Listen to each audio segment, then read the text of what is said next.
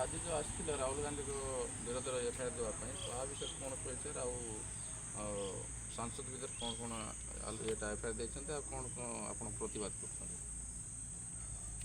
ଆଜି ଆମେ ନବରଙ୍ଗପୁର ଜିଲ୍ଲାର ଆରକ୍ଷୀ ଅଧୀକ୍ଷକ ଯିଏ ଅଛନ୍ତି ତାଙ୍କୁ ଗୋଟେ ଦାବିପତ୍ର ଦେବାକୁ ଆସିଛୁ ଏଥିପାଇଁ ଯେ ଗତ ମେ 1 ତାରିଖ ଦିନ ସଂସଦ ଭବନରେ ରାହୁଲ ଗାନ୍ଧୀ ଟିକେ କାର୍ଡ଼ ଦେବା ପାଇଁ ଫାଷ୍ଟ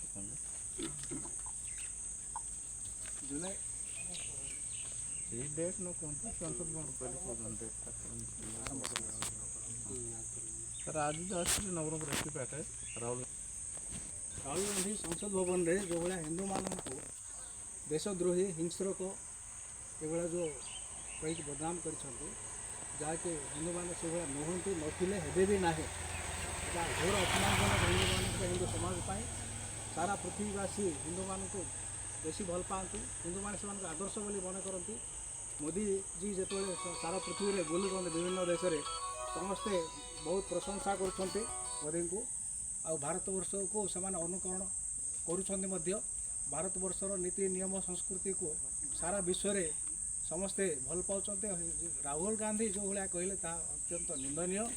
ଆହୁରି ଗୋଟେ କଥା ମଧ୍ୟ, ଭାରତ ସ୍ୱାଧୀନତା ହେବା ପୂର୍ବରୁ ଆଉ ପରେ ମଧ୍ୟ ଯେଉଁ ମୁସଲିମମାନେ ଯେଉଁଭଳି ଭାବେ ହିନ୍ଦୁମାନଙ୍କୁ ନରସଂହାର କରିଛନ୍ତି ଲକ୍ଷ ଲକ୍ଷ ହିନ୍ଦୁଙ୍କୁ, ସେଇ ତୁଳନାରେ ମାନେ ତାହା ସେଥିରୁ ଜଣାପଡ଼ୁଛି ସେମାନେ ହିଁ ହିଂସ୍ରକ।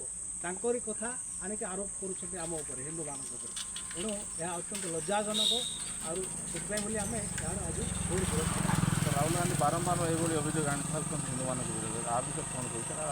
ପ୍ରତ୍ୟେକ ଏଇ ସାଂସଦ ଭବନରେ ଏଇସବୁ ମନ୍ତବ୍ୟ ଦିଅନ୍ତି, ତ ସବୁବେଳେ ଏଇଭଳିଆ ଅଭିଯୋଗ ହୁଏ, ଏଇଭଳିଆ ତାଙ୍କୁ ବିରୋଧ କରାଯାଏ, କିନ୍ତୁ ଫଳ ଶୂନ ହେଉଛି। ତ ଆ ବିରୋଧରେ କ'ଣ କହିବେ?